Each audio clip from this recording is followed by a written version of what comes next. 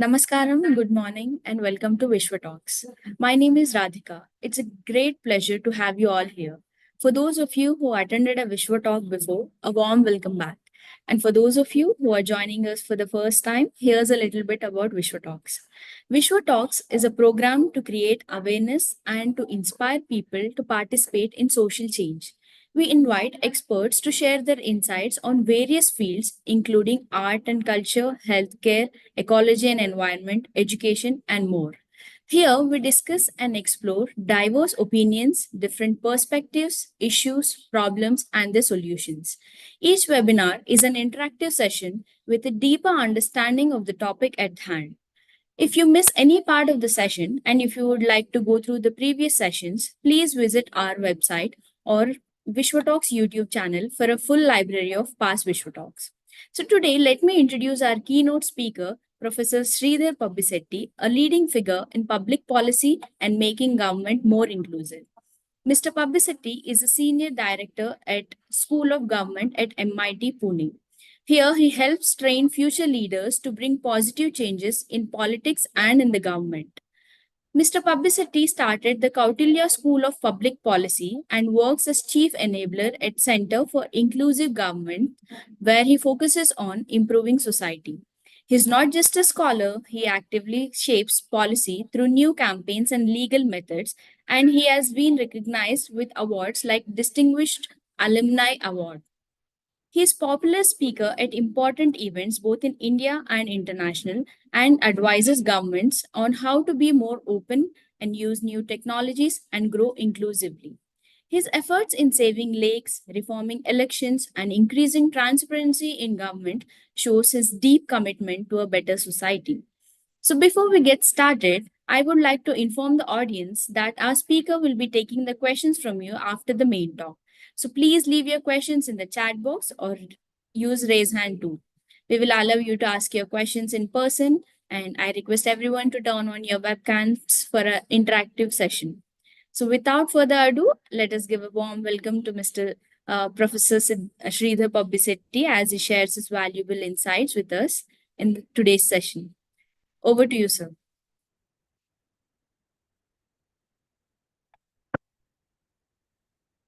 You're speaking on mute.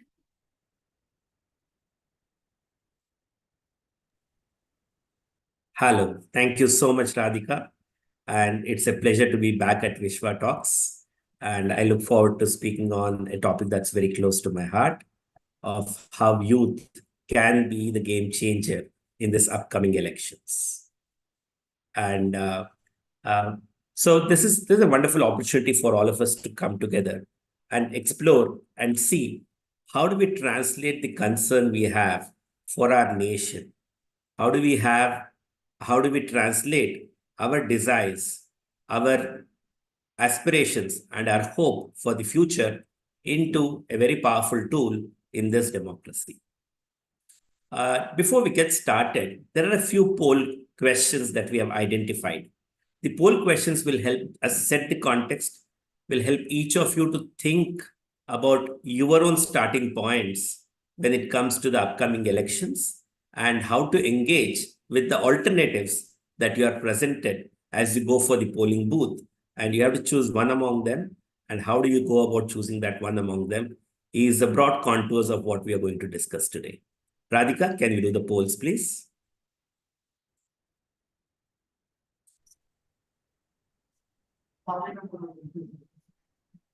So you can type in the answers. Who is your favorite leader and why?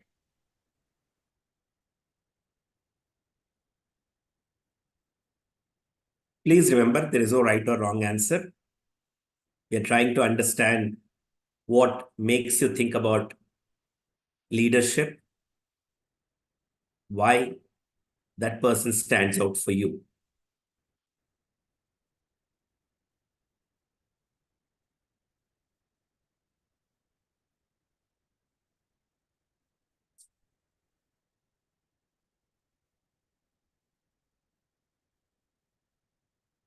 Okay, we have started getting the answers.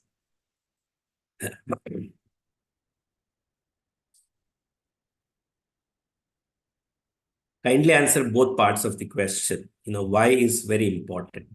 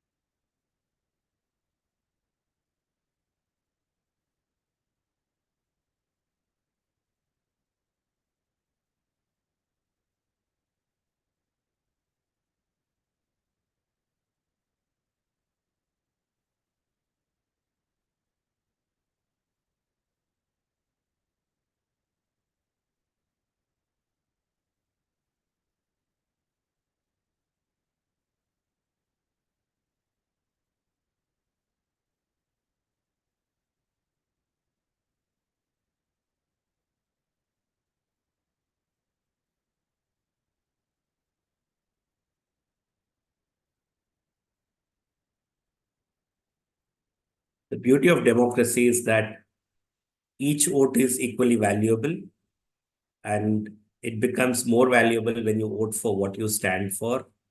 And discovering your starting point is the most important privilege that we have in our democracy.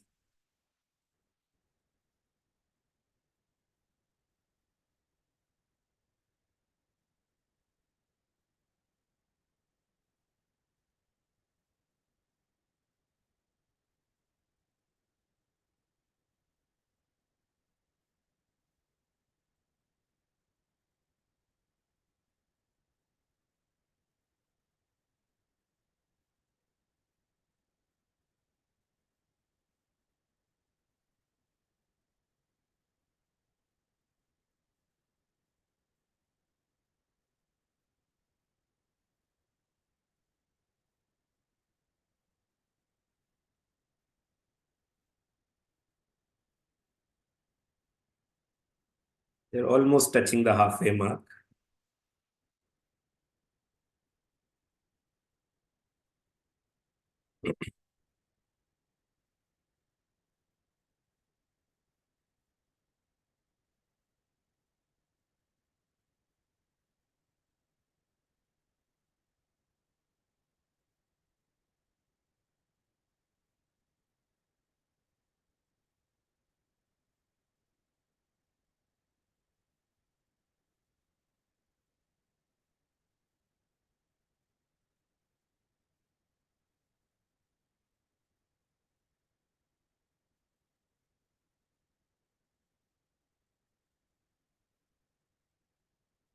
Those of you who have joined us just now, go ahead and answer the simple question: who's your favorite leader and why?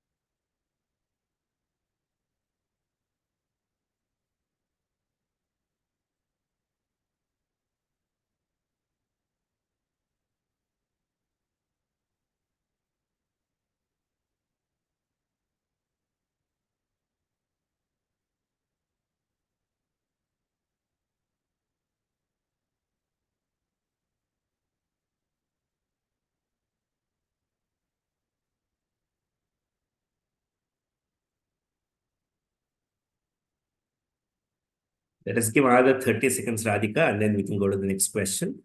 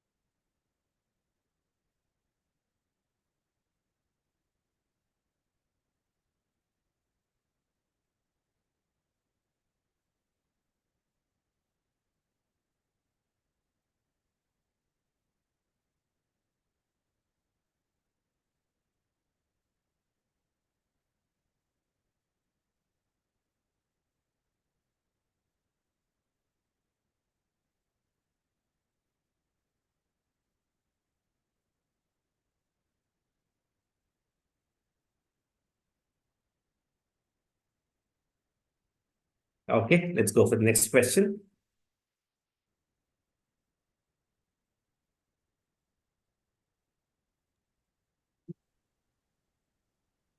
Should I share the results of the first one? Yes. Yeah.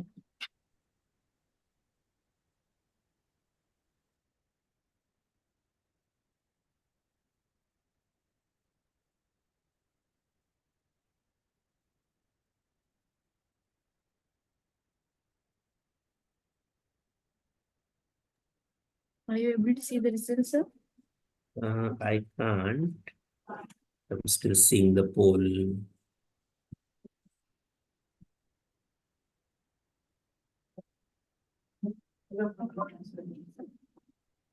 Hmm.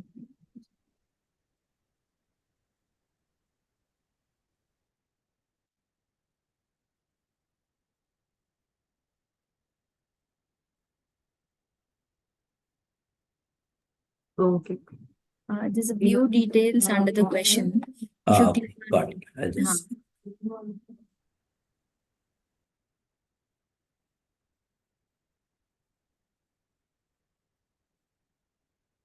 Maybe you can send a screenshot to me. I am not able to see it. okay. But if you can send a screenshot to me, I'll check it out. So you can open up the second question.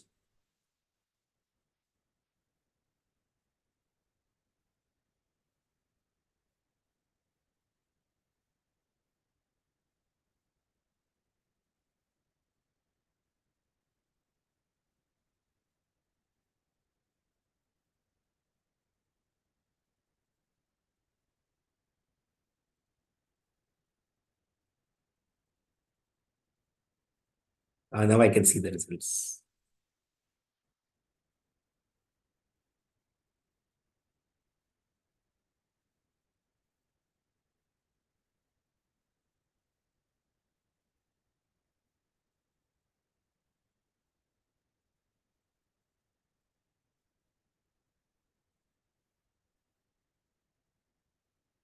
I'm launching the next poll. Sure.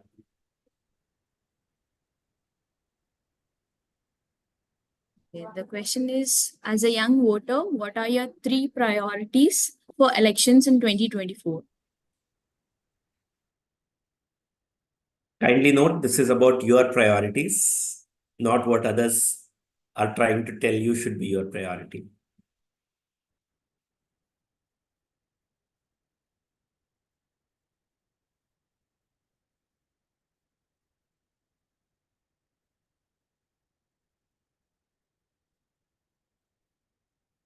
What are the issues that you would like your leader to talk about? Some may be talking, some may not be talking. But nevertheless, here is an opportunity for you to say, my top three priorities are A, B, and C.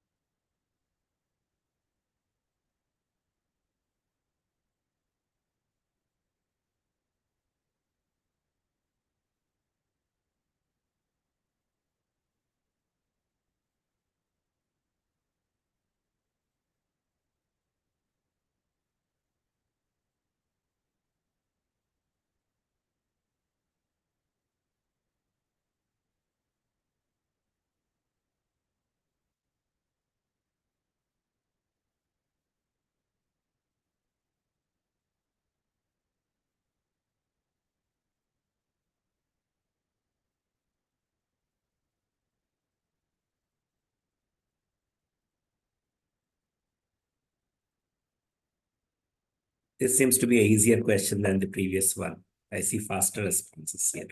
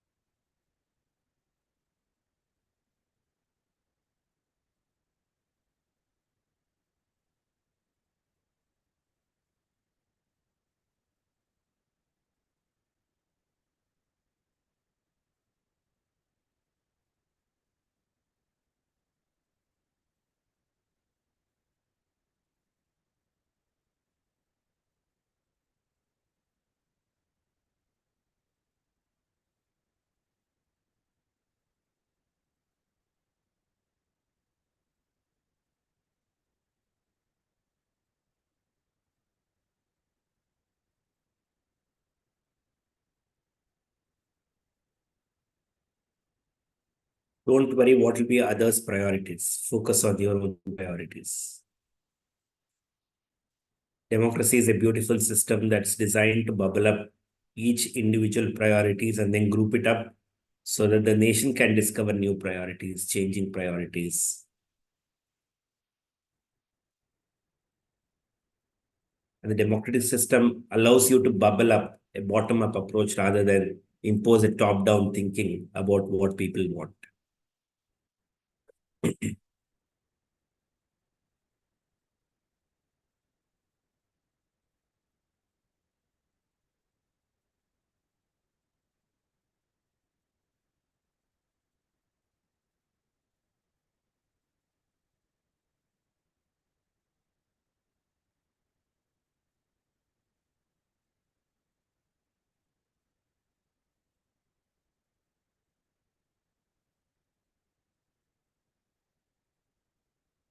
Brilliant. So I think we have the quorum here. So Radhika, we can go for the next poll.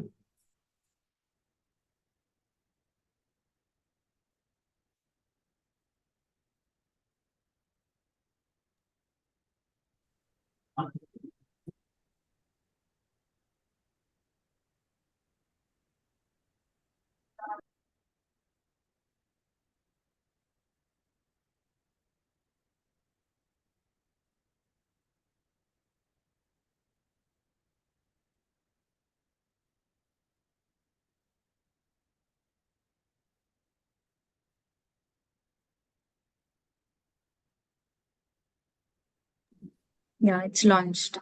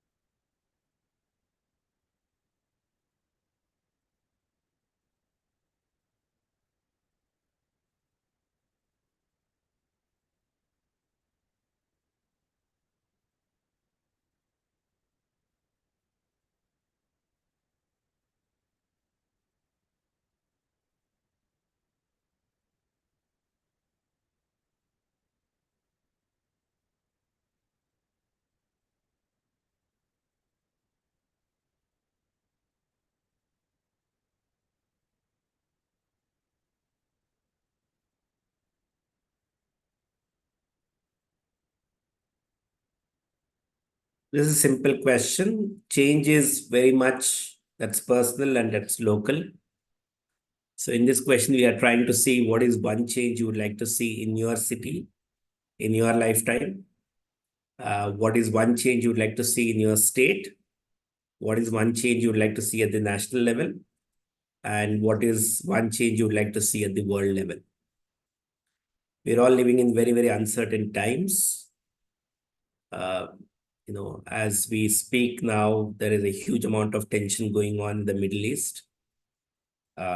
Israel, US, and Iran are all talking to each other to see how not to create a big warlike situation that goes out of proportion. So we need to look at a global context as well. So 4 questions, short answers, one single change that you want to see at your city level. It could be a town, it could be a village, wherever you are. What is one local change that's important for you? I live in the city of Pune, and when I talk to my young students across the university, we have 20,000 students in this campus, and when I talk to them, the first thing they say is we need to do something about the traffic, right? And so this is something that's a shared problem. It can't be fixed by somebody else. We should also be part of the solution.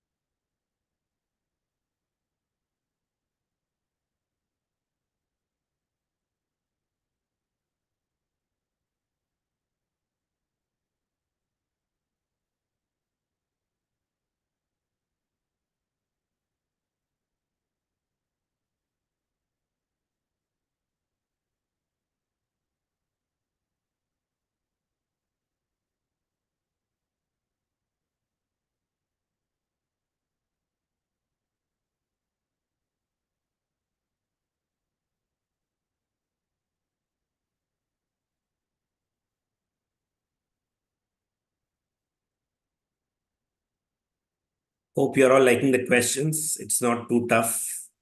I hope it's giving you time to reflect on your own priorities and trying to get some center of gravity around you and not make it about somebody else's election priorities. It's about you, and the election should reflect your needs, your aspirations.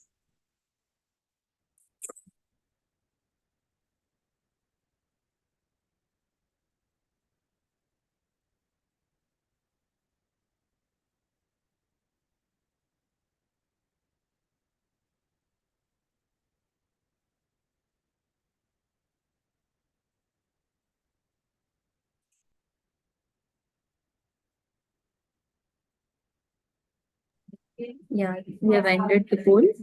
We'll share the results. Wonderful.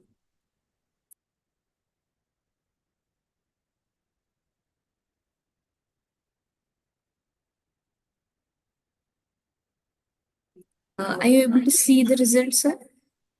Uh, I can't. I'll share.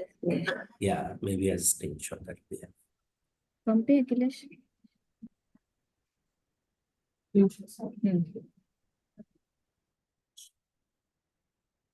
So starting from the first question, so there is a focus on communal harmony. There is Atal Bihari Vajpayee and Ashok Gehlot being commended for their work on communal harmony. Chandrababu Naidu's work on good governance and vision has been appreciated. The third being about the current Prime Minister Narendra Modi ji and a focus on growth after he took over the leadership. And there is also Ravindra Singh Bhati, who's been commended for fighting against the system. So I think we have a wide range of responses for the first question. And second, Radhika, if you could share the results.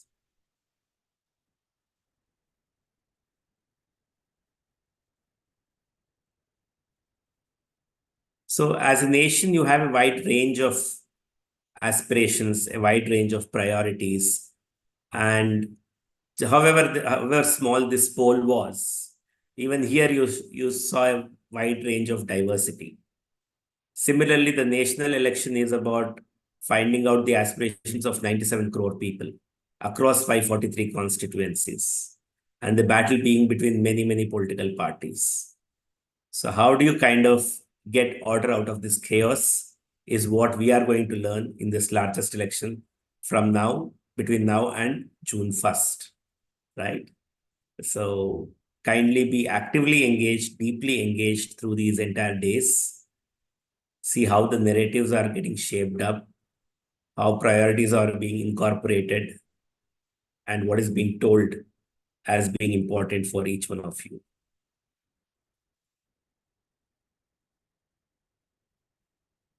Very interesting priorities. Focus on long-term benefits rather than short-term benefits. Invest on local and on human capital, law and order, good governance. Think about the environment. Think about youth, harmony and peace, education, social culture preservation, better roads, reusable resources. Very, very interesting priorities for the second question. Thank you for that. Thank you for that, Radhika. So a wide nation will have very diverse priorities, and acknowledging that is a starting point of any election, right?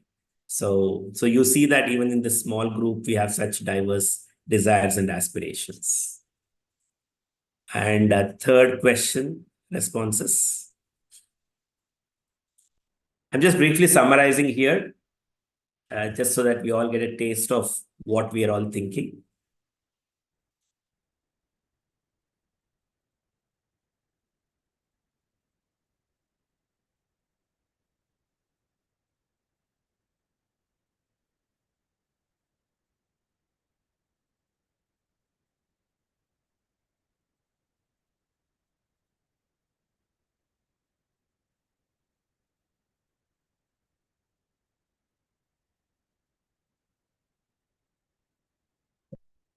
While Radhika gives us the results, can you all please kindly mention where you are joining us from?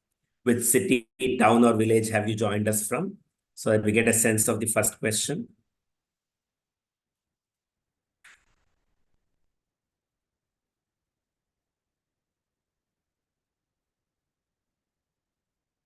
No matter which city we come from, I think all of us are aspiring for a better quality of life, cleanliness, environment, municipal services, better roads are often repeated desires that we have. Very wide audience today. We have Mr. Prasad from Hyderabad, Vikas from Delhi, Tara from Mumbai. We also have somebody from Samastipur. And we also have from Israel. Wonderful. It's a very wide audience today, including global participation. Right? So all our aspirations are for our city is better quality of life. We also have Rishabh joining us from Bikaner. Namaskara Rao avare, Bengalurinda. Wonderful. Okay, next question, Radhika, if you can just share for the state level aspirations.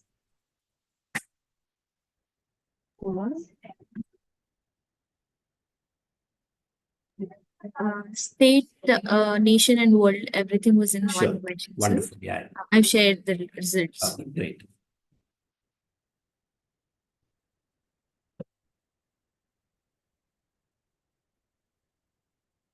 Good. At the national level, it's security, economic balance, environment, judiciary, one nation, free and fair election. Media should be more transparent. And at the world level, it's unity, environment, spiritual change, and universal brotherhood, right? So no matter how diverse our aspirations are, these are different aspirations that we all converge about. There are very little that we fight about these priorities. And I think there's a wonderful opportunity for us to play a very constructive role. When we say us, I talk about the youth of the nation. I also talk about each one of us, of trying to say, how can we kind of become a catalyst for positive change? One of the things that Indian politics is plagued by is a huge power distance. The power distance between the elected and the electing people. And often they live in a high level plane that they're only listening to their constituents, their voters, and not really able to talk to everybody across the section of the society. So the youth here can mobilize these opinions, can go back and try and meet these leaders as they are hitting the campaign trail. They'll be there from morning till evening, meeting many, many people. The youth should find opportunity to go and represent a set of voters and their desires through these simple surveys, simple matrices, and say that have you already included this in the manifesto or not? We already have one national level manifesto that's released. The other is going to be released most likely tomorrow. So somebody should take the effort of reading this manifesto and interpreting it for their own surrounding people. So that's a very important activity that we do. So before we get into specific set of do's, I'll just want to run through a small slide deck, right, that I've prepared for this. My name is Professor Sridhar Pabisetti. I'm Senior Director with the MIT School of Government. And we are talking about youth mobilization and how do we shape election dynamics. We did these three questions. We have one more question which we'll share after this. And this is a more important context. We'll come back to this at the end of the talk. So the first question, right? This is a very famous Goldman Sachs report. I'm sure many of you have heard about this, where India is forecasted to have the world's second largest economy by 2075. Quick chat response from all of you. Question is, can we get there before 2075? And if so, how can we get there before 2075? We are grappling with a huge challenge. We have a demographic dividend. We have a very young population. But the question that we are all facing is that the growth that's happening in the country is not equal growth. The challenge that we are facing is that can we get rich before we become old? right? India is not going to remain a young nation after 3-4 decades. By that time, the population will be older. And at that point of time, if we don't cross the higher income bracket, then we will be grappling with a lesser productive population and lesser ability to spend on ourselves, right? So the question for all of us to think about, and has your political party, has your leader started talking about this challenge of us becoming rich before we become old? The second important thing, this is data as of 2023. This is a population distribution of our country, right? This is a beautifully done graph. The pink shows the female distribution of age according to different brackets of 5-year range. And on the left in blue is the male population. You can see that a significant amount of Indian population is in the 20 to 24-year age bracket. The next bigger ones are 15 to 19 and 10 to 14, right? So between 10 to 24, in these 15 years, you have almost 30% or about 28% of India's population. And if we can get the education right, if we can get the nutrition right for our nation at this young age, then we have a huge amount of demographic dividend over the next 30, 40 years. If they become able-bodied men and women, if they have the right growth path, and if they have the right mindset, then over the 3 to 4 decades, India will significantly benefit by having a well-bodied working population who can take care of the dynamic needs of our country. But there's something else that's happening, right? While our voters are young, what's happening in Lok Sabha? The majority of population is below the age of 25, while most Lok Sabha MPs are in the range of 45 to 65. And this is a huge contrast for us to solve in India. We have to start urging our MPs, our parties, our political leaders to give greater representation to youngsters. It's important that the voice of the youth is carried through younger people rather than people who are above 75 years. So how do we enable this? This is not just a problem that's unique to India. Even the world's oldest democracy has a fight that is set between two contestants who are well past 70 years of their age. So how do we look at this global challenge and look at younger and younger people to come in and take leadership and be in the driver's seat? Here is a report that came about which showed the age profile of what percentage of people are in what age group. You will find that in the age group of 25 to 40, you have 12% people, and you have 41% of people between 41 to 55, and you have 42% people between 56 to 70, and above 70 is 6% of the people. Now, this is a huge challenge for all of us to focus on, all of us to start pushing about, all our elected members to start thinking about it very seriously. One important question for us to talk about here is that we get the right to vote at the age of 18. However, the right to contest for a member of parliament starts at the age of 25. Now, this is an anomaly that why should representatives be much elder? Many countries across the world have reduced the age of contesting candidates, including in UK, where younger people can represent the population. With a young population, the big change for us that we can bring about is to bring about younger contesting age. So that's a big change that we can bring about. And just going back to another challenge that we can all aspire for is the journey of equality. When the debates were happening about the Indian Constitution, Dr. B.R. Ambedkar said this statement, and which is one of my favorite statements about what should be priority for us collectively. And he says, we are going to enter into a life of contradictions. In politics, we will have equality. And in social and economic rights, we will have inequality. We must remove this contradiction, or else people who suffer from this inequality will blow up the structure. So always remember, what is my favorite political leader or my favorite political party trying to do in the area of social inequality or economic inequality? Are they trying to solve the problem, or are they trying to leverage them for short-term gains and create a new problem? So if we can all kind of unite on saying that it's our shared goal to solve both economic and social inequalities, then obviously political equality will thrive in our country. Right. One more challenge that I would like to share with all of you is a health metric that is not spoken often in India. This is the neonatal mortality rate.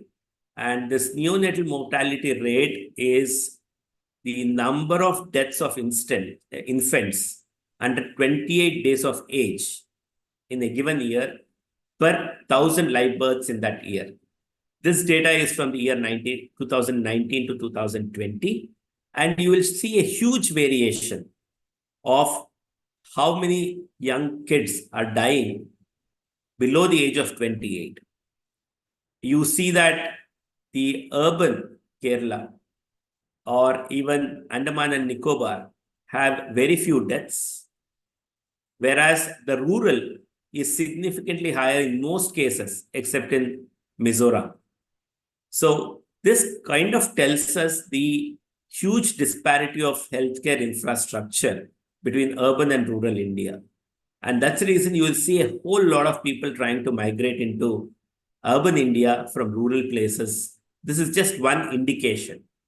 And for all of us to collectively look at and see how can we make sure that every infant born in India gets a chance beyond 28 days, and we make sure that all of us have equal chance of growing up into full-bodied adults. Here is another important report on public services. This has been carried out across 27 countries, which are in the middle income category. And what they've tried to find out is what is the value of public service for the poor as compared to the rich. For the lower 20% of the population, look at the dependence. 75% of their well-being is actually driven by public services. As you grow richer, your dependence on public services goes down to as low as 15%. So it's important for us to see that a wonderful journey is possible in India, where we make public services as comparably good as private services. There are many countries globally who have gone on to the journey of developing or developed world by primarily focusing on better public services. The Scandinavian schools are a great example. The schools in Finland are rated among the world's best schools, and they all are public schools, and very few private schools are in demand because public schools by themselves are very good. This is a very old report, and for those of you who have the research bent of mind, this is a good research area for all of you to go back and look at the inequities in under 5 mortality in India. And this gives a good comparison of trying to see how growth can be assured for every Indian and not just few Indians. This shows a very stark contrast between urban Kerala and rural UP. Of course, UP has made significant strides over the last 10-15 years, but the data is not as easily available for analysis. If we can look at the current state and compare with amongst all these categories of how the under 5 mortality is amongst these different groups, then we can go back and look at saying that are we growing in the equal mode, or the development in India is continues to be in an unequal fashion. And that's where I would like to invite all of you to explore a career in political leadership and governance. It's not necessary that all of you become political leaders, but at least you become politically engaged citizens. And even if you choose to explore politics, people who have a degree in politics are very, very welcome across business, society, and government today. And get engaged, look at aspirations of you and people like you, and also all kind of people around you, and try to become catalysts, try to become convergers of these desires, and try to bring it to the contestants' mind, it to the political parties' mind, to make sure that the huge difference between the electorate and the elected becomes small. And how are we doing on time, Radhika? We can continue, sir. Oh, Please all take right. your time. Ravi. It's really good what you're sharing. All right. It's very profound and needed. Even most educated people will not be able to, would probably don't have the facts and figures that you have. So please feel. Thank you so much, Srivani Garu. I'll just go ahead and share something more that how we look at political change. We are in the business of creating future political leaders, and our interest is that these principles of good governance are anchored across political parties, the established ones, the new ones, and also the upcoming ones, right? We have a vibrant democratic culture in our country, and the need to represent can always be fulfilled by newer and newer political alternatives. So what is it that we have been seeing, right? I want to do a quick show of hands, or even you can respond on the chat, telling that who decided what breakfast you will have today. It's a fun question amongst all the other serious questions that we had. Who decided what you will have for breakfast today? Since I talked to a lot of youngsters, yeah, so Radhika, true. It could be usually your spouse. Okay. Srivani was on a flight, so she has no clue, but she hopefully got something to eat. Right? Yeah, Travel takes a toll on us. Yeah. There you go, mother, your better half. And when I ask this in the classroom, when I talk to youngsters, one of the things that come back is saying that, sir, my warden decides it, right? So usually who decide what you have for breakfast is a very, very decentralized governance, right? But however, when all of us, when we wanted our first COVID vaccine or the second COVID vaccine, who decided when we'll get the vaccine? It was the government, right? So always remember, we can always think that we'll privatize our lives and say that, okay, no matter if the water is not good enough, I'll buy a water tanker. If the power is not good enough, I'll put a UPS. I'll put a solar panel on my rooftop and generate the power. But whenever there is scarcity of resources, the government will always come in, and we are all dependent on government. Be it clean air, be it law and order, it is always important that we remember that we can't isolate ourselves, no matter how rich or poor we are, from the overall context of the society that we live in. So please remember that you need to have your antenna, your connections, your ways of engaging with the political establishment always active. So one other thing is to look at how are these fields getting crystallized as we speak. Over the last 15 years, we have seen a huge growth in how politics also has evolved in India. We have very, very formal roles today of what will politicians do when they are popped a question. There were earlier days when a politician would have kind of been caught by a journalist and asked a very provocative question, and the journalist and the politician would have also probably spoken in the spur of the moment. Now, all politicians are trained not to answer at the spur of the moment. They have a political strategist who is constantly advising them on what issues to speak on and what issues to not speak on. based on a whole lot of data that's been gathered on what are the voters expecting from them. Second thing, no matter which issue you want to speak on, not all of us are intelligent enough or well ingrained into the dynamics of that. So there is a great emerging field of policy research that has emerged where people will research for the dynamics of the pros and cons about each and every issue that is going to affect you. So we see that more and more politicians are today investing in a political strategist, in policy research associates, and also there are teams which run the parliamentary and legislative affairs of these MLAs. It's no longer about MLAs and MPs coming in Tata Sumos or one of those convoy of long vehicles and then they being seen as leaders. Today, leaders are far more sophisticated. They understand that they need to respond to various demands and there is a structured way of doing this. Even political parties are getting a lot more smarter now. The parties are also managing the talent, the available pool of contestants that they can give to the voters in a very strategic manner. Today, there are parties who have deep leadership pipeline when based on different contexts, circumstances, etc. They will even swap leaders at the last moment and say, for this particular constituency, we are going to change the contestant. And that's the reason you are seeing that many sitting MPs across party lines are not getting tickets.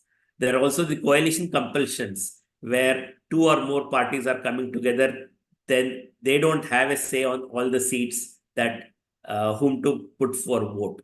And hence, this party management becomes very crucial.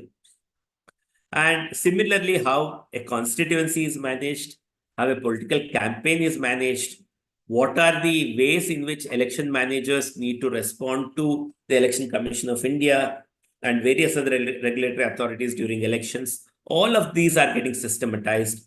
And this is a field of study we are seriously engaged in, and we train our students on all of these aspects. And so if any of you are interested in the world of politics, we would be more than happy to talk to all of you. India is a land of vibrant democracy. In the bottom, you have various political parties that are available across the country. Some national parties, some state level parties, and some very, very regional parties. But one thing that's common about all of them is the set of institutions that you see on top. These are all youth-oriented organizations by these political parties. The political parties have realized that it's important that they talk to the youngsters very much soon rather than late. They want to listen to what youngsters feel about different issues. They want to get their opinion. They want to get them involved in the whole electoral process. So you see that the youth are very much desired by politicians, the political parties, and hence you need to step up and start engaging yourself with a party of your choice. And you need to explore, in case you don't have a default party by choice, then explore one. Maybe in the next election, you can explore another. But start talking to your leaders, and that's very important. And unlike the generation before of your parents and uncles and aunts and everybody else, the way you consume news also has changed. Today, more and more youngsters consume the news using this device called as the mobile phone. Very rarely they are sitting and watching TV news or reading newspaper. Those are becoming extinct sources as far as political opinion is concerned. So a whole lot of experts are today required to make sure that a political message reaches to the right voter. And how do you get the attention of a youngster and give him a political choice, give him a political message?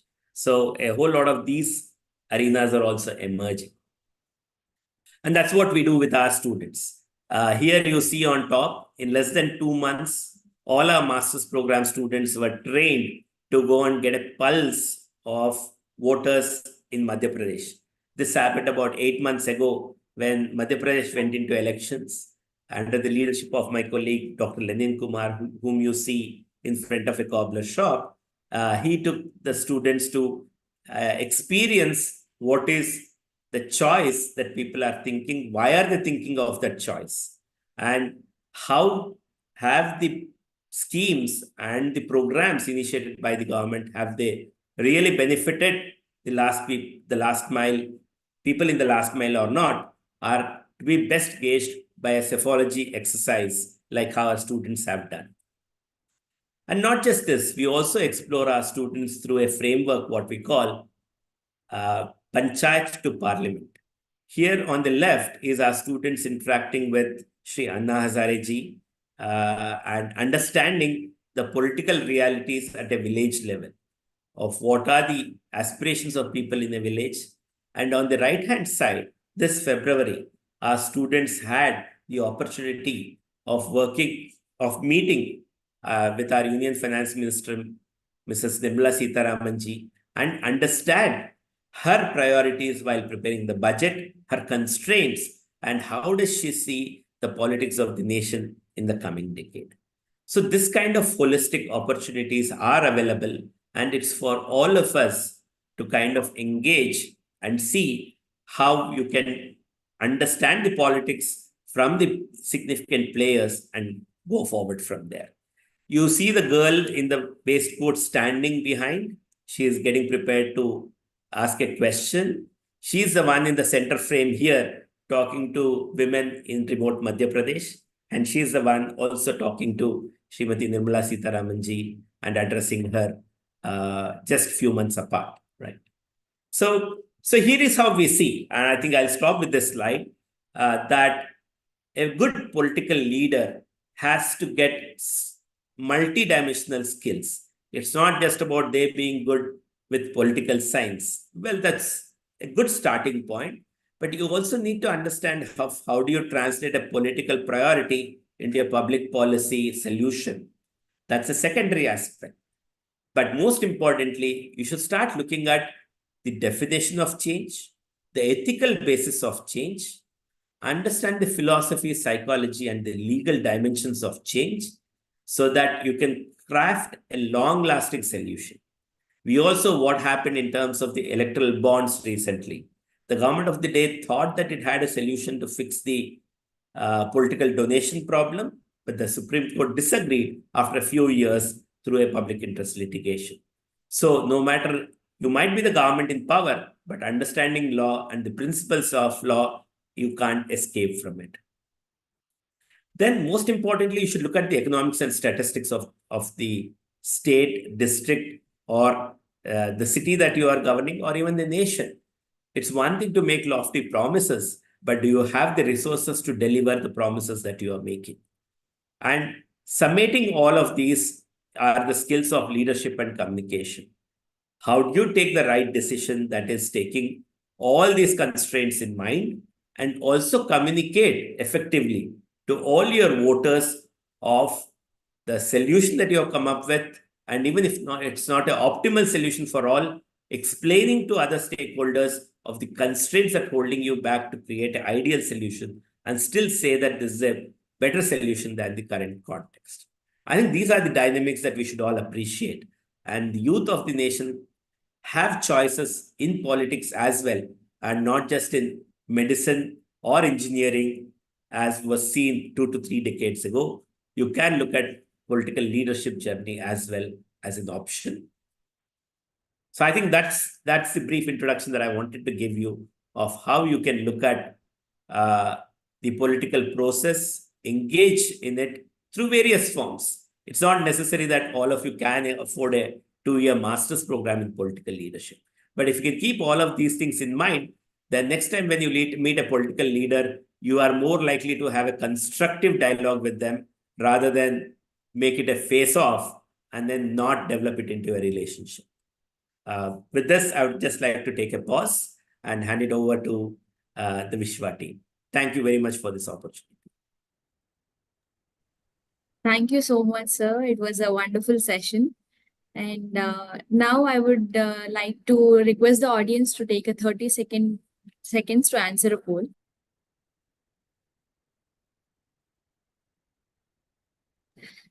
And the purpose of the poll is to help us understand you a little better so that we can better curate the topics that we bring to you. You can also let us know in the chat box how you found out about this Vishwa Talks. whether you are a subscriber or heard it through your friends, family, or word of mouth from social or in social media. So I would like to express my gratitude to everyone who has joined us in today's session and to Mr. Professor Sridhar Publicity Garu.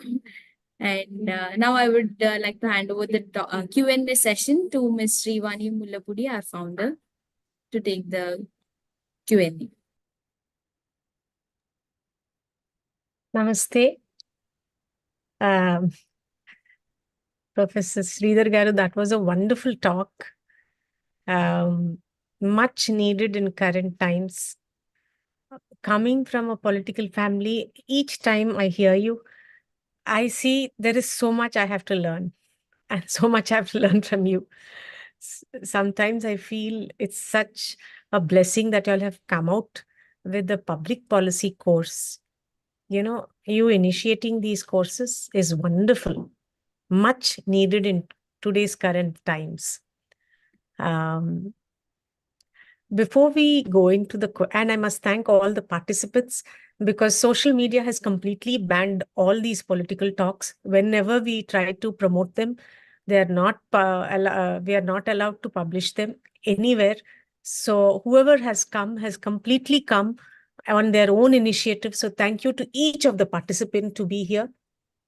And thank you to the Vishwa team that even challenging times and you all handle everything impeccably.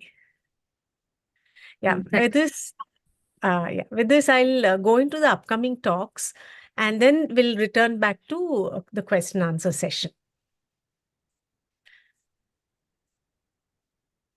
So the upcoming talks are on 20th April. We have Sita Anand Vaidyam coming up with role of music in education and life from the Ananda Foundation. We have another talk on 27th April, 11 a.m. Composting Made Easy by Pavana Kolla. She's the CEO of Vapra Composting. So at a time, you know, when we're trying to give importance to environment, where most of us have moved to urban locations, there is a need for us to still grow our own green leafy vegetables or a little tomato or a little mirchi. So here is a young lady who's come out with these interesting ways of making compost right at home in an apartment. So it'll be good if we see a lot of participation out there too. With this, I'll come back to our question answer. Shmel, would you like to ask your question?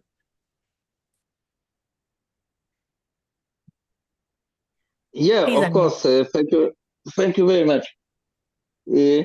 Okay. A very interesting presentation. Thank you very much for this presentation. And I want to ask you next question. How, according to you, participation of young people in elections can contribute, can support resolution problems of poverty and social and economic inequality? Thank you so much, for that very important question. One of the things that the present 3-4 decades in India's growth, what every Indian has experienced has been the power of education. They have seen how education has played a very significant role in the well-being of people around them. Even if you go and talk to an auto driver in India who makes very little amount, he just makes enough money to feed his family and probably educate their children. And for him, a significant priority is always to educate his children, right? So I think the power of education is very well understood in India. And I think if we can all prioritize and crystallize and converge on that, then we will see a whole lot of poverty alleviation happen in our lifetime. Over the last 4 decades, or rather 3.5 decades in India's journey, from the year 1991 onwards, we have seen significant poverty reduction that has happened in India. And that has happened on the background of liberalization, globalization, and privatization, supported by good institutional development that has focused on better healthcare as well as better education. And this has happened through a shared responsibility between the private sector and the public sector.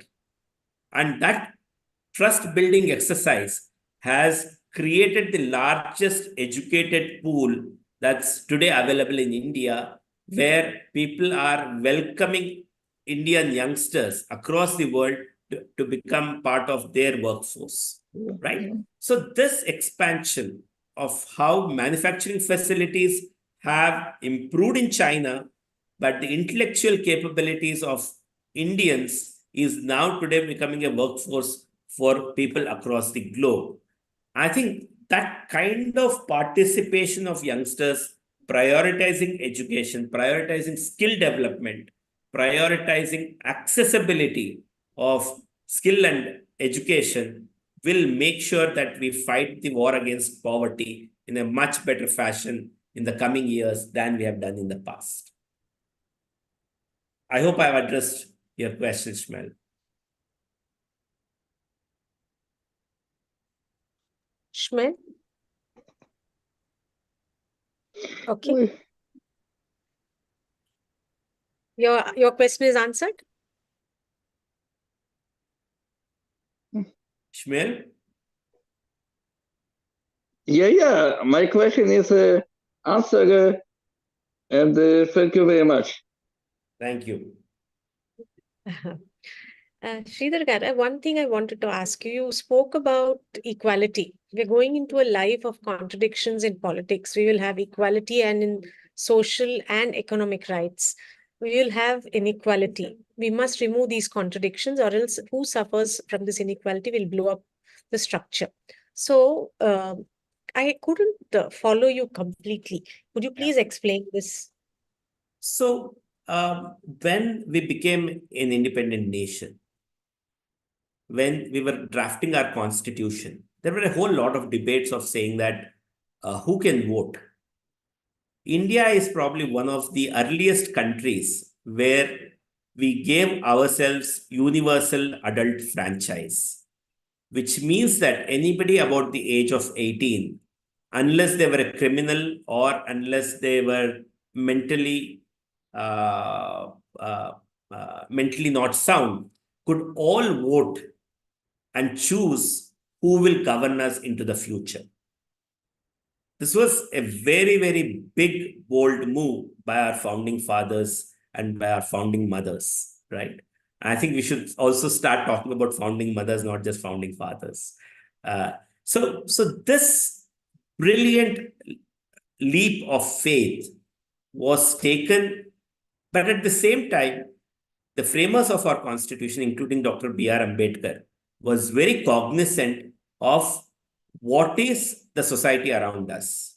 We were a very, very deeply unequal society, much more unequal than we are today. And at that point of time, there were two big problems that were there. Socially, there was a lot of inequality.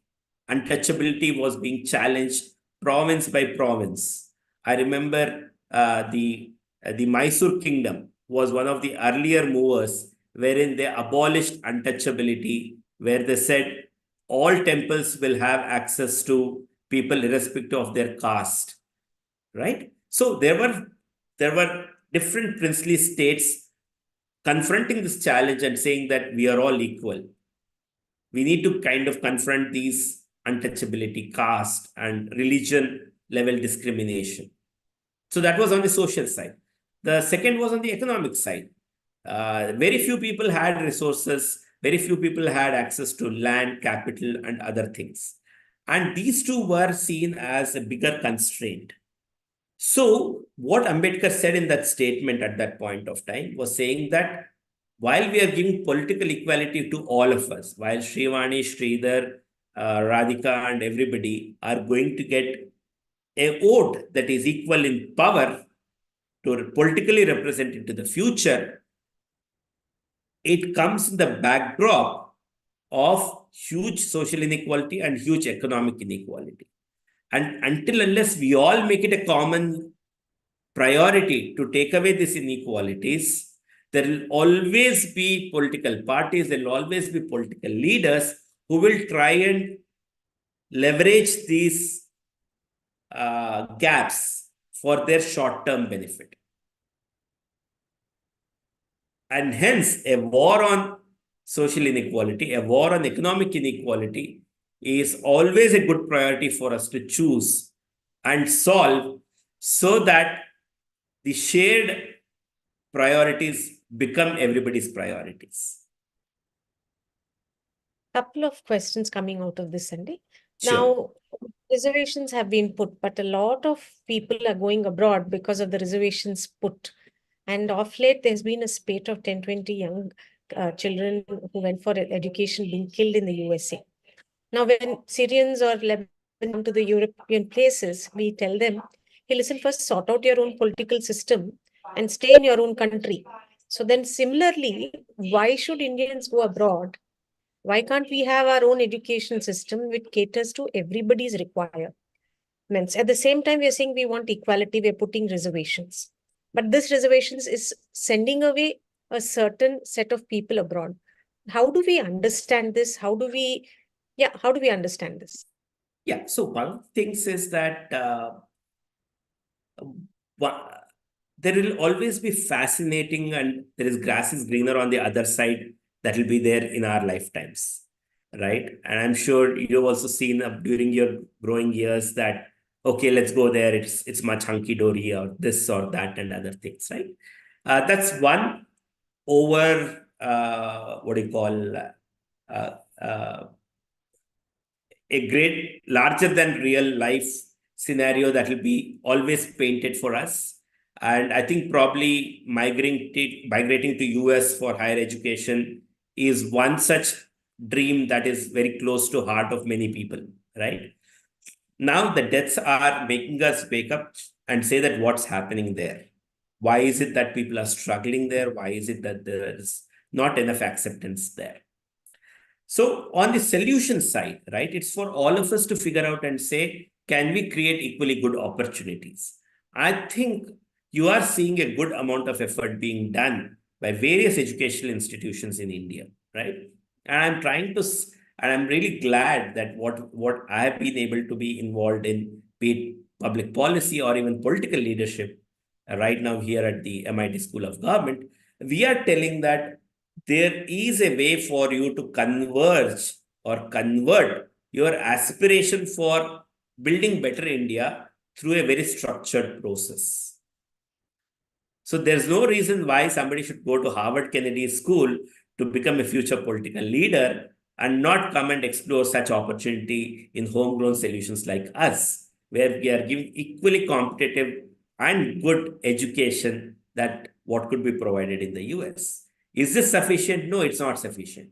More and more such institutions should come. More and more such opportunities should be made available to youngsters, and youngsters should then start looking at saying that, oh, why should I go there and study about India in a foreign land?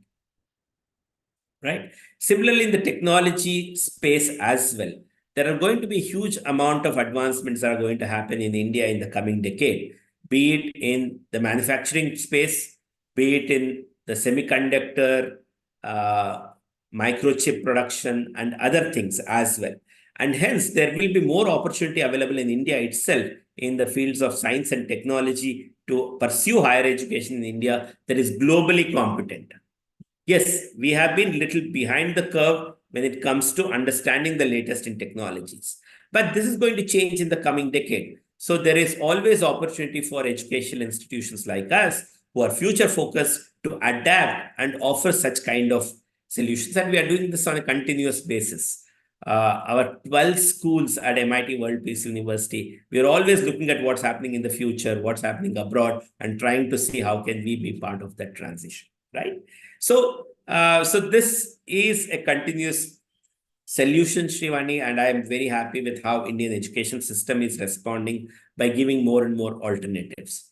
So for youngsters who are exploring to go abroad, just don't think of it as an easy solution. try and find out about the course, try and find out about where you're going to stay, how safe it is, and what is it that you can learn from all these mishaps that have happened, and try not to recur that in your own life. So don't look at it as a fancy passport to a better future.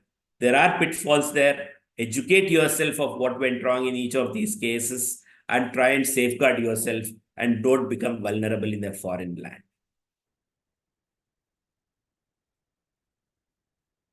Sorry, you're on mute, Shivani. Ian Nagaru has a question. How Yes. can young people overcome barriers such as lack of experience or resources to participate effectively in the political process? If I'm not wrong, rather than education, okay, that seems to be another question. Yeah. Students are moving, okay, that's a different question. The first question I've completed. Yeah. Hmm. So I think the most inclusive process in India, as compared to every other process, is the Indian elections, right? If smart young people want to get involved in any political campaign, then all political parties are more than welcoming them.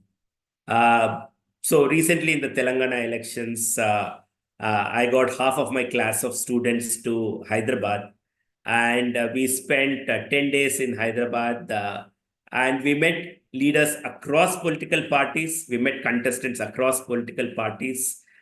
We went to Jubilee Hills, we went to Serlingampalli, we went to all across the city from north, south, east, west. Politicians welcomed us, they took us into their war rooms, and our students got a real opportunity to learn from politicians. So there are barriers, yes, lack of experience and lack of resources. But once you start on this journey, you will see how welcoming the Indian politics is. There have been various parties are always looking for young, sharp minds to come and be part of them. You need to go seek out in those opportunities. It is a tough process, but it's not an impossible process. Today, our students, we have over 400 alumni over the last 2 decades, and they are working with the who's who of Indian politics across political parties. Some of them have contested elections, some of them are going to contest in this election as well. So come out and get engaged. And these barriers are more mental. I would always encourage that students those who are interested can write to us. We could always guide them of saying, how do you take the next step forward? And on the better employment opportunities, sir, I agree with you, but at the same time, it's not as if everybody who's gone abroad has come back with an offer and a green card or a PR, permanent residentships. That also need to be backed with a lot of data. I see many people who have gone to Australia or other places struggle with a good job opportunity there, and not really over glamorize this, but to sit down with a very open mind and see, is the country that's inviting us for higher education, does it have a plan beyond the fees that they will pay for 2-3 years? Do they really have a welcoming plan for us in the long-term future? What are the follow-on work visas that are available? How much can I work? How much can I self-sustain myself? These are all important questions for all students to explore before they jump and just go ahead and think that a guaranteed job is there on the other side.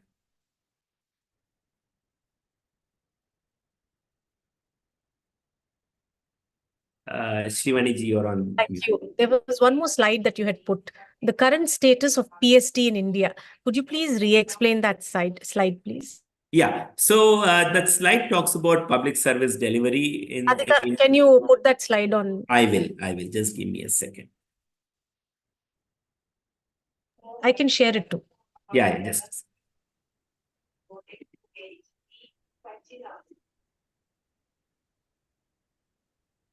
Is it okay? I'm sharing it. I'm sharing it. Just give me a second. Okay.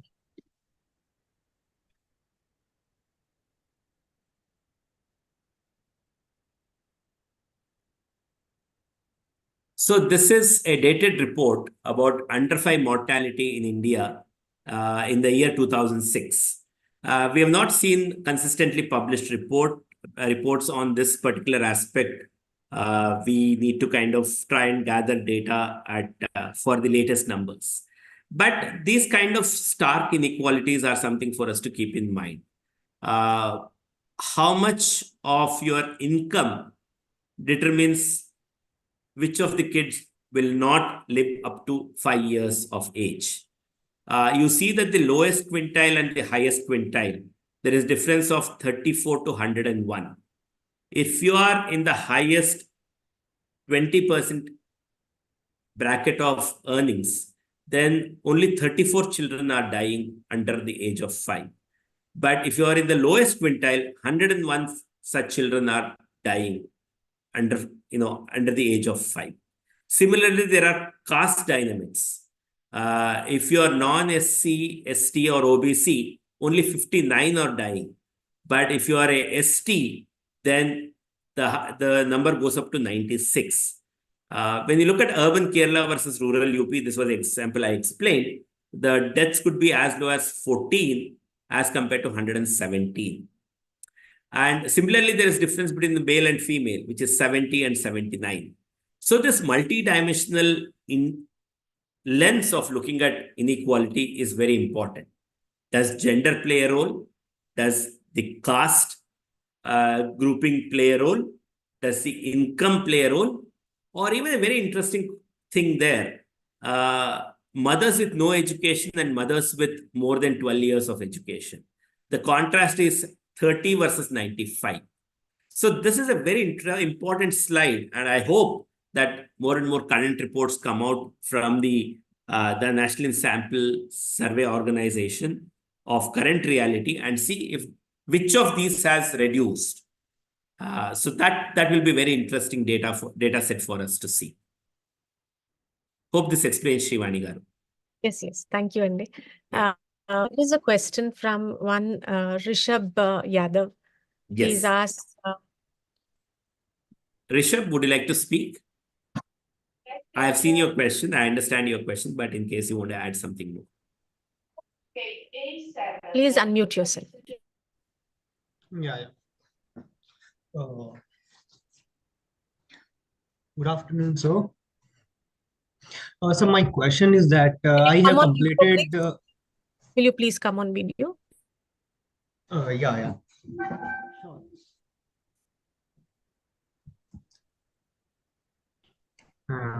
Now it's okay. So I have completed my graduation from Delhi University and post-graduation from Central University, Haryana. And recently in the June, I have also cleared UGC NET. So I wanted to pursue career in political parties and all these. So I had applied for JSYLP and also for the Nehru Fellow. And I got selected for both the fellowships. But my parents refused to go there. And they suggested me to pursue PhD or apply for assistant professor. So, sir, I want to ask how to deal with such kind of hurdles. Like if we want to pursue career in different areas and parents forcefully suggesting us. Okay, Rishabh, see, you need to understand that all of us have certain limitations all the time, right? We don't have unlimited freedom, right? So this is a freedom that you have to earn by conversing with your parents and helping them understand why this is important for you. There are no right or wrong solutions about it. It's easy for me to just say, oh, don't listen to your parents and just go to JSYLP because you will like that answer. My interest is not to give you a liking answer, but interest is to kind of teach you how to navigate this practically, right? You should sit and discuss and understand the concerns that your parents have about you not going for this fellowship, but pursue on a PhD, right? Nothing wrong in either of them, but only once you understand and listen to their reservations that they have about you, of why you should not go on to a fellowship at this point of time, but rather go on a PhD. And I think they're not wrong in insisting that you get onto a PhD route, because it will give you a stronger footing and a good research mindset of exploring the larger questions that you are interested in. Please don't think of politics as a destination. Politics will happen and you will get multiple opportunities to engage into politics. But how ready can you make yourself before you get into that full-time journey is very important. When it was in the year 2013, when Dr. Jayaprakash Narayan met me and he said, Sridhar, you should come and contest elections, right? And for whatever reason, I immediately said yes. And then it came to me and said, oh boy, I don't know what my family thinks. I don't know what my wife will think about it. But I said, this is a conversation for me to have. And one thing many people came and said is that, Sridhar, you are a brilliant software engineer. You have done your MBA from IIM Bangalore, right? And you are doing very good in your technology consulting space. I was already working in the public policy area and advising various government leaders on how to take policy decisions. But the moment of clarity came when Dr. Jayaprakash Narayan told me that the best and the brightest should be in politics. Otherwise, we'll end up being ruled by people who are not as smart as you, not as intelligent as you. So you will also get there, Rishabh. Don't look at it as a 100-meter race. It's a marathon. You have another 3-4 decades ahead of you to make that impact. But in the given circumstances, work with your parents and see and understand them more importantly than telling them what you want to do, right? Maybe something better will emerge out of it, right? And I'm also available for you to have a conversation with them at some point of time. I'll share my number and we can talk sometime about it. But most importantly, in politics, we all have to learn to listen. Most importantly, with people who differ with us, right? And that's when we will be able to create more and more new innovative solutions, right? So wish you all the best. And both journeys are equally good. I don't think one is bad, one is worse off than the others, right? As long as your long-term direction is political change, both these pathways will converge into it, right? Your research could focus on the question that we spoke about. How is under 5 mortality rate changed in the year 2024? What data sets exist? How can we recreate that graph and see, have we kind of shortened in at least few dimensions as compared to all dimensions, right? So, all pursuits are there. Happy to be your long-term mentor. Reach out to me. I'll share my email ID and phone number for everyone here, right? Next question. One last question from Ms. Niveta. Currently in school and college, students, there is no awareness or interest about political and social aspects happenings. How can this be addressed? Nivedita would like to come and explain more of saying that why do you think in your school and college, you guys are not able to talk about these issues? See, it's about it, right? I mean, you could choose to talk about which movie has been released, right? And you'll find some takers. You could choose about anything, right? So if the more you talk, you will find people with similar wavelengths, right? You can always find a bunch of people who are interested in politics. It's going to be a little tougher. Sometimes we are very polarized as Indians, saying that, oh, you know what, my leader is great, your leader is bad. And one thing I've learned in this journey over the last 4 decades, I've listened to P.V. Narasimha Rao with as much intent as I've listened to Atal Bihari Vajpayee. And I think between these 2 leaders, India took off to a very different trajectory than before. If these two leaders did not play the middle overs between 1991 and 2004, across these political parties, right? We would not have been sitting as comfortably as we are sitting, right? So opportunities come at different points of time. So I would like to hear from you, Nivedita. Just explain to me more why you're not able to talk about these things in your surroundings. Niveta, is it possible for you to unmute yourself?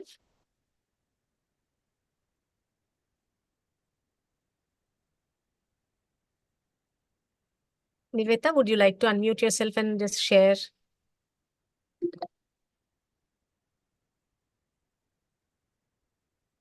Well, if you see this, Nivedita, we spoke about politics today.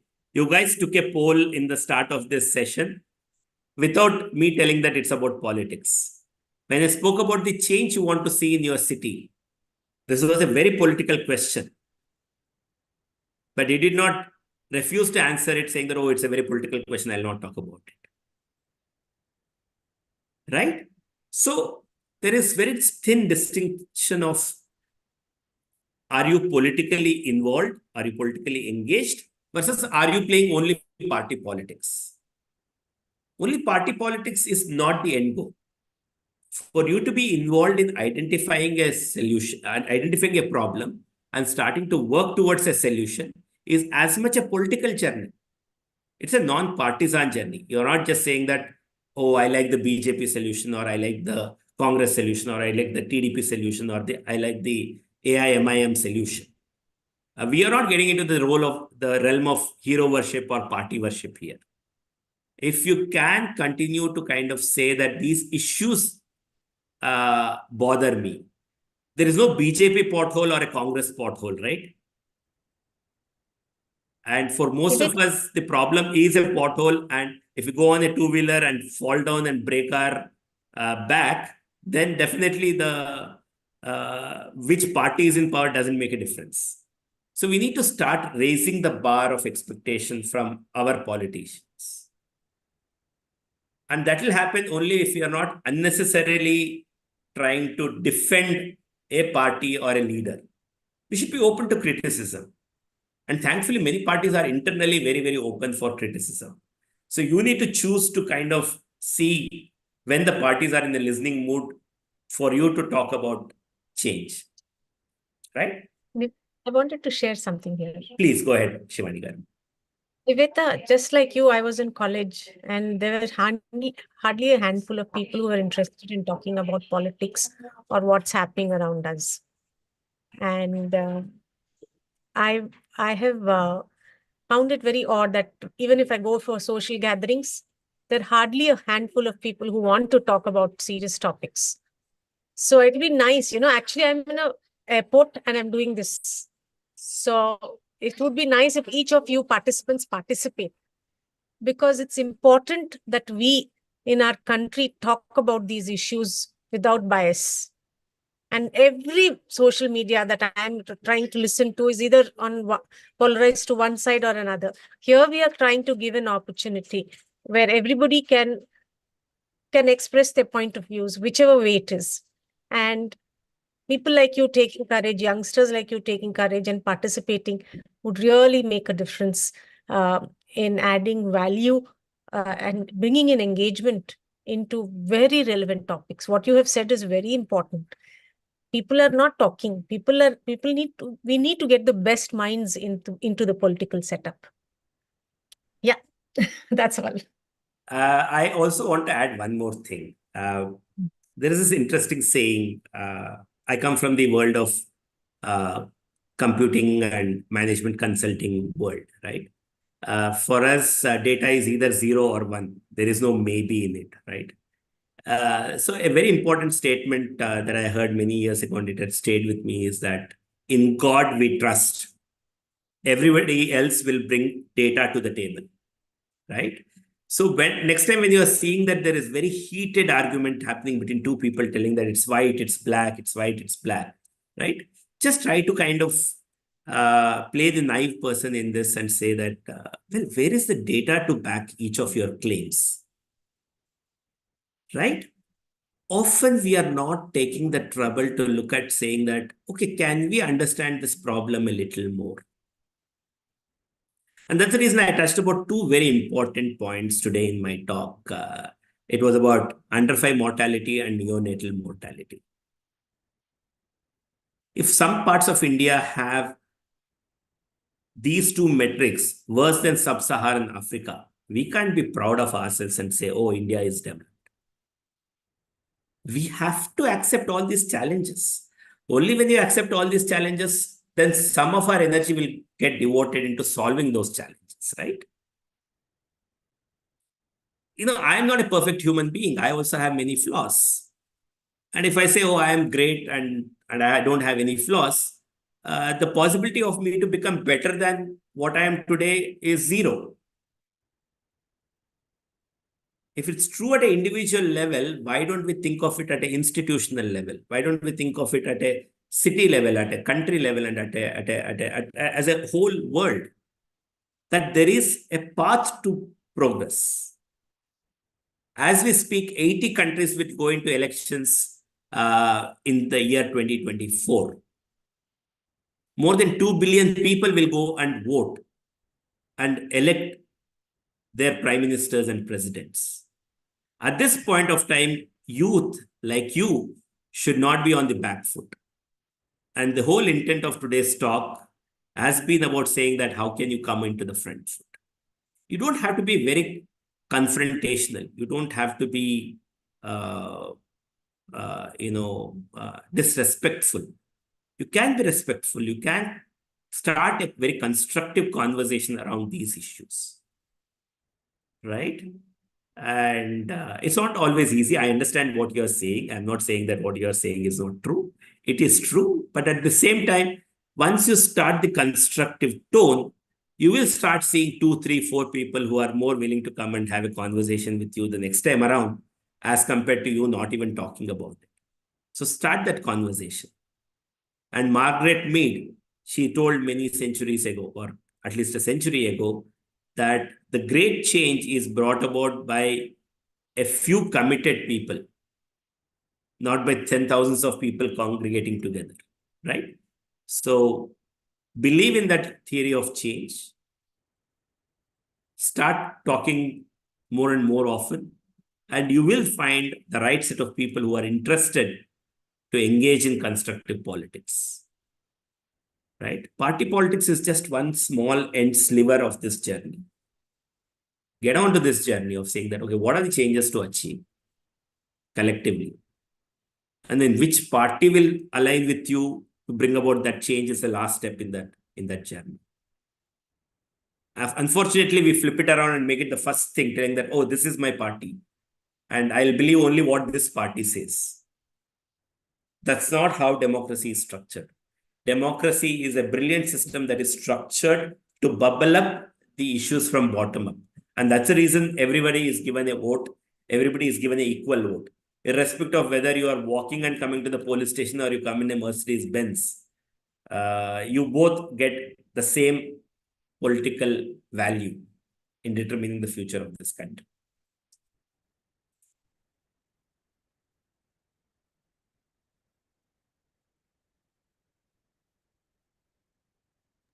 Okay, Andy, thank you so much. That was a wonderful session, very informative, very unbiased, and the interaction with the engagement with the participants was brilliant. We've been getting some very good responses. Prasad Surpneni Garu said, very well presented, question and answer handled exceptionally well by Professor Sridhar. Another guest has said, holistic and inclusive approach. Nivita has said, thank you for giving this opportunity. Rishabh says, thanks for organizing this talk. It's very insightful. Yeah, there are a lot of, in fact, I probably missed a whole lot of other acknowledgements, but thank you so much. Thank you to each of the participants coming from across India and from across the world for having an engaging conversation here. Thank you so much. Look forward to the conversations. Yeah. Thank you all. Please join in the breakout room, sir.